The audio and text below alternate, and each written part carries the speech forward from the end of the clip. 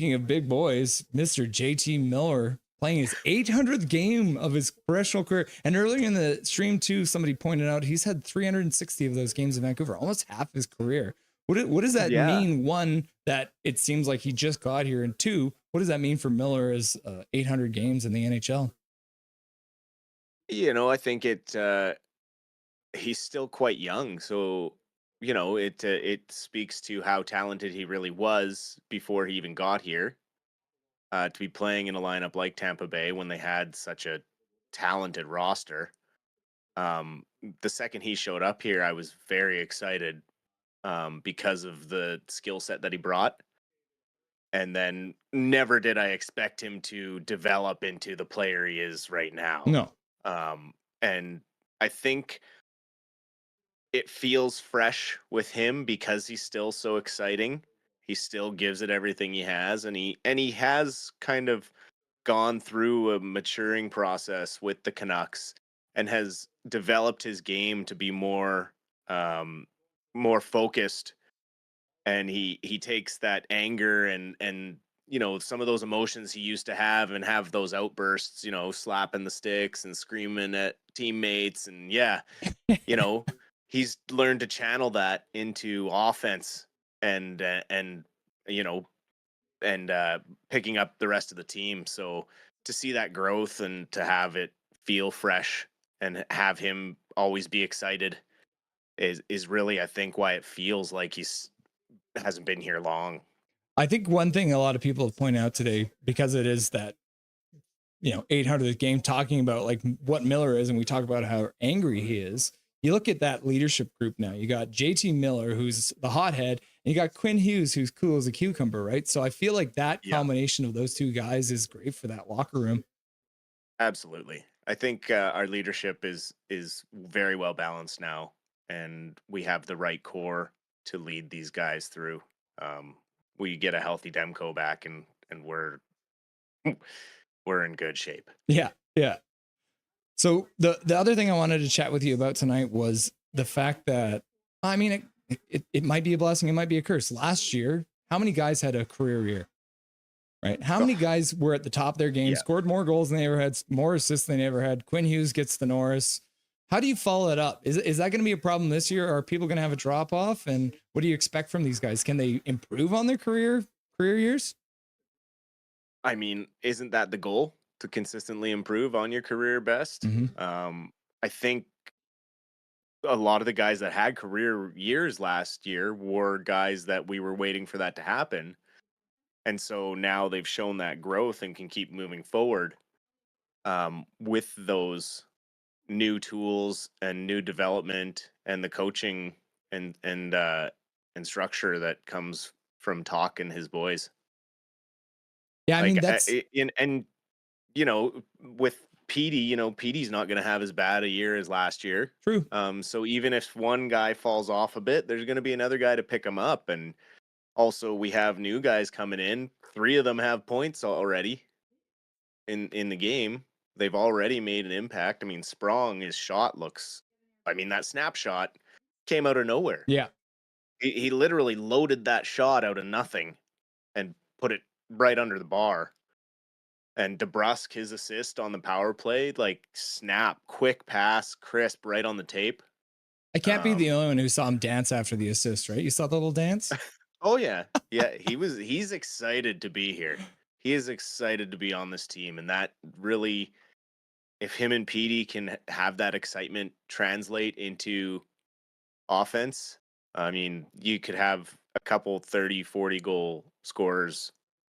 And, you and I kind of chatted earlier in the week back and forth about how we basically have a 1A, 1B, 3A, and 3B line. Who we have 2 dominant lines that can make you pay. Mm-hmm. But then they're also extremely responsible players in our end of the ice as well. So we're going to be a tough team to beat when we're healthy and on. Well, I mean, even with the depth they have, there's guys ready to come up, and that's a great segue going to the next point. Well, quickly, just Patera, we got him back from Boston. They managed to sign their star goalie. Great move. And then Patera put on waivers, and so the Canucks scooped him back up. I think Alvin even made a joke about how they said they were sorry for it or something like that. But what is that? I mean, we talked about this already. That's great for the Canucks goaltending depth to have Patera back. Oh, absolutely. Yeah. You got to have that goaltending depth, especially with with Demko being unknown still. Things seem to be getting more positive when it comes to Demko, but obviously with an injury that's kind of not normal for hockey players and no one really kind of knows how it's going to go for him, he could be out at any minute again when he comes back. So to have some insulation, that's really a benefit. Yeah, I saw some guys talking about that. Comes back for one game against Nashville, and then he's been out for like half a year now, right? So yeah, exactly. And then just talking about Patera playing down in Abbey, we're just looking down at Abbey, and I'm specifically looking at the decor. I think it's 7 or 8 left side defensemen alone, right? You have an entire decor on the left side. And then they also just added Brandstrom, and they also just sent down Friedman. So now you're looking at the AHL, the Abbey Canucks, and you probably have 10 defensemen down there. What are the Canucks thinking at this point? Are we looking to maybe move someone, or are they just riding it out? I mean, I think they're probably going to move a couple players at some point. All the moves that Alvin made prior to puck drop, with moving Pullman out and acquiring Brandstrom, that allowed us to accrue cap space up to like 5.2 million, I think, instead of 2.7, I think would have been the max had we kept Pullman. Yeah. When the trade deadline comes up. So having all those extra trade pieces to protect yourself from having to throw a Lekermacki or someone like that into a trade to make a trade happen. Yeah. It's nice to have someone like a Brandstrom who is still a, wanted prospect, but no one really has room for him right now in the developing NHL. So, he's kind of a slower development, like the classic defensemen that take a little longer to develop.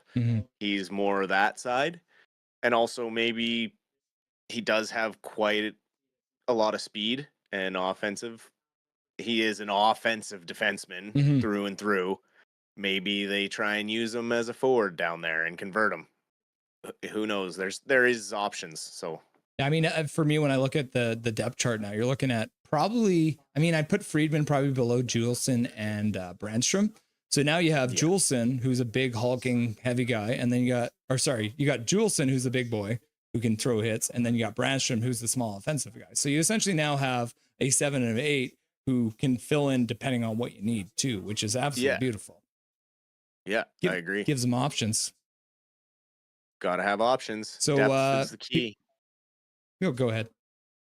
I said depth is just key. Depth is what you need it to go deep in the playoffs. I just had a flashback to 2011 when we didn't have anyone to replace anyone, and it ended up costing us. So yeah, exactly. Now we got the depth. Well, Dustin, thank you once again for joining Nothing is Perfect. It's always a pleasure. As usual, there is no gift for joining. You just get to get your beautiful face on the podcast or on the show. I will let everyone know me and Dustin have been chatting a little bit. We've already got a name for the show. It's the Rusty and Dusty Sideshow. So we're going to be looking at it in the next couple of weeks, looking at doing some hits outside of the regular scheduled games. So we're going to probably try and keep you guys updated. I have had requests to keep us updated on Abbey as well. So Dustin, that's your homework, making sure you're keeping a close eye on Abbotsford for us. Thanks for joining the show, brother. We'll talk to you soon. Thank you for having me. We'll talk to you soon. Have a good night, everybody. Enjoy the rest of the game. Take it easy, brother. Nothing is perfect.